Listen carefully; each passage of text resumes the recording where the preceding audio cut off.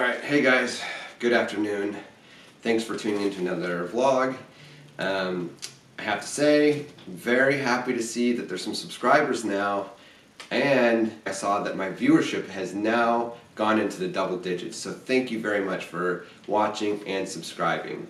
So this week I'm going to talk about Uber's email they sent out, I think it was about 2 weeks ago, on, the email is called Making Earnings Easier to Understand, or as I like to call it, Uber's Trojan Horse, because it sounds like something nice that they're doing for the drivers, but in reality it is an update to your contract to incorporate their new system called route-based pricing, and I'll go into that a little later on in this, I guess, episode. Anyway, so let's get into it. I'll talk about the good things first. I like the histogram. There is now a histogram in the app, so you can click on each individual day from the main screen. Very cool. And it shows you the price for each of them. And now you can do your own experiments and see how much the passenger paid. So now when you go into each individual trip, at the bottom it says, I think see web statement or something like that, and now you can click on that. It takes a minute. You'll see these two swirling icons, and then you'll see what the passenger paid, what Uber received, and what you received. So you can calculate, did you make your 20 to 25% like you're supposed to, or did Uber gouge you? And more than likely on short trips, you're getting gouged. I mean, it was kind of that way before, because when they had the trust and safety fee, which started off as $1, then became $1.65, then it became $1.85. You were already kind of getting like 50% of the trip, but now it's even worse.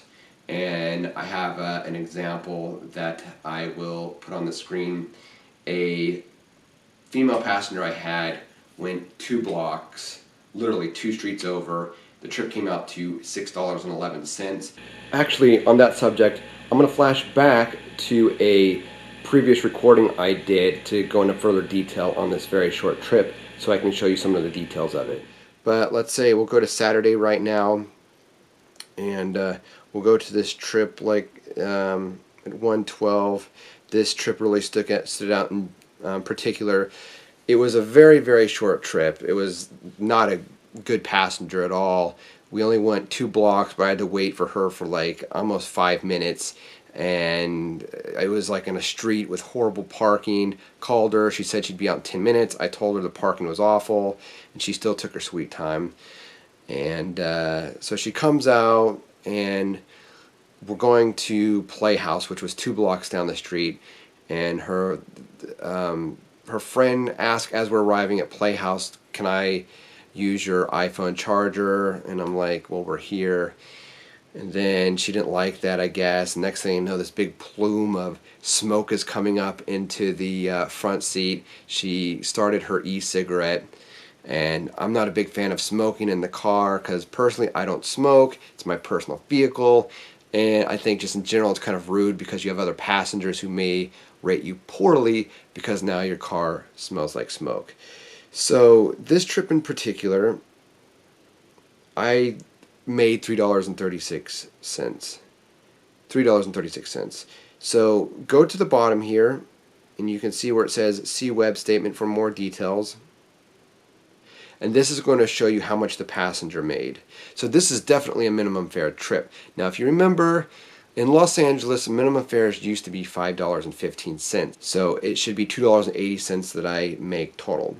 Now we go to the bottom here, and then so it shows rider pays $6.11. That's $1 more than what the minimum fare used to be for the passenger side.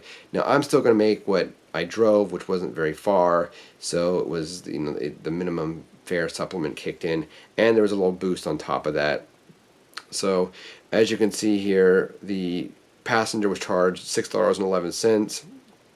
I made $3.36. Now I'm not going to calculate that, but you can see roughly that's like 40% that Uber made off of the trip. A minimum fare for the passenger used to cost, after you incorporate the 20% increase in the trust and safety fee, now known as a booking fee. They call it a booking fee now, but it used to be called trust and safety. That's what I'm used to calling it. So if I say trust and safety, that's just what I'm used to calling it. So now with the booking fee, it should be $1.85. So you have the minimum fare, which is $3.50 before commission. So you take away the commission, 20% in my case would be $2.80. So $3.50 pre-commission plus $1.85 for trust and safety. That comes out to $5.35. So that's what a minimum fare should be. But this trip, going back to the trip I was talking about with the girls, this trip was $6.11 for 2 blocks. So obviously there was more added to that, and I have no idea how they calculated that specifically. I can't give you how they got to that dollar amount, but I can tell you what it's a part of, this new route-based pricing, which I'll go into later. So they are now they're just basically charging more for shorter trips. The longer trips are your only possibility to make your money back, and I have a system that works now so you get paid exactly what you're supposed to. I'm actually going to put this in my vlog that follows this one, but I'm going to try to release these two close to each other, so you're not going to have to wait weeks or days or whatever for it. So to kind of quickly summarize what's happening, there's other people that have gone into this already. If you haven't gone to the rideshareguy.com, he goes into specifically what happens in this updated email that Uber sent out. So Uber is changing your contract. And the reason why I call this a Trojan horse is because they make it sound like they're doing something nice for the drivers. But in reality, they're updating your contract, so they're really pushing this envelope to making drivers so much like employees now that it's really getting to the point where we need regulation to step in and either say we're either employees or we're independent contractors. If we're employees, then this happens. If we're independent contractors, this happens. But as it is right now, Uber is getting us more and more like employees, but we're not getting any of the benefits that employees are. So I'm going to go into why I think that is in another vlog. Okay, so this new route-based pricing. If you go to an article on Bloomberg by a gentleman named Eric Newcomer, he goes into what this new route-based pricing is. And so there's two things here. One is they're going to try to do the longer route, charge a passenger based on the longer route, but send the driver on a shorter route. I've gone into that in one of my previous vlogs. Actually, my 3 previous vlogs, I'll go into that. So if you haven't seen those already, please watch those. And it describes exactly what Uber's doing there. You know, it's a nice day today. Let's go outside.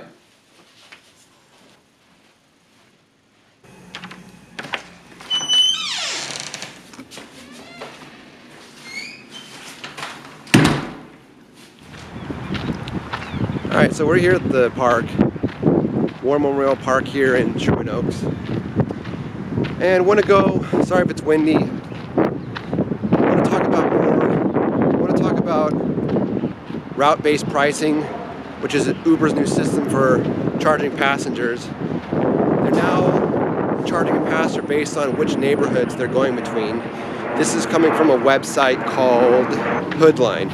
It's from a website called Hoodline, and the article talks about route-based pricing, which I first heard about in an article by Bloomberg, on Bloomberg's website by a guy named Eric Newcomer. And so it uses a multitude of factors to charge a rider now, and they're still fine-tuning it, but basically it's charging the most they think a passenger is willing to pay. And this is along with the route-based charging, where they'll give you an upfront price based on a longer route, but then they send the driver on the shorter route.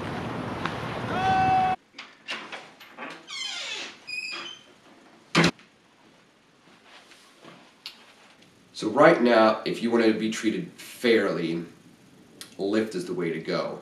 Lyft is still doing the, use the longer route, charge the passenger on the longer route, but send the driver on the short one. But as far as I know, there hasn't been any articles that have come out that I've seen that Lyft is doing any sort of this economic sorcery that Uber is. So if you just want to pay a fairer price, but not the fairest price, Lyft is definitely not the fairest princess in the land. But if you want to pay a fare close to what you should, then Lyft is the way to go. But I'm going to teach you as drivers a technique that I'm going to do an experiment with, but I haven't found somebody that's been available yet, so I can, do a couple runs with this to see if it works. But I'll go into that in my next episode.